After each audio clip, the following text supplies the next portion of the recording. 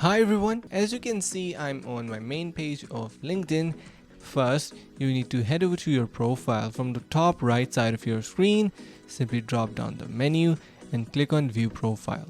Here, as you can see, my profile is currently opened. I'm going to be scrolling a little bit down until I can see the experience section.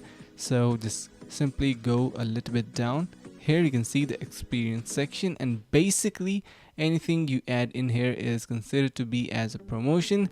So if you add your promotion to already existing experiences, like for example I have a couple of them added, you can do that by simply editing them using this pencil icon. But let's say you want to add a new experience, guys, and you can simply click on this plus icon and click on add position.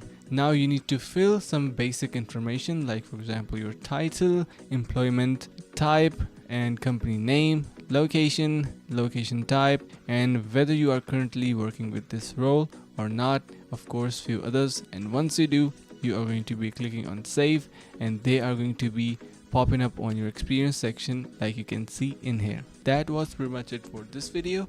I hope you learned something new. If you did so, you can simply like the video and share with your friends. Thank you so much for watching. See you in the next video.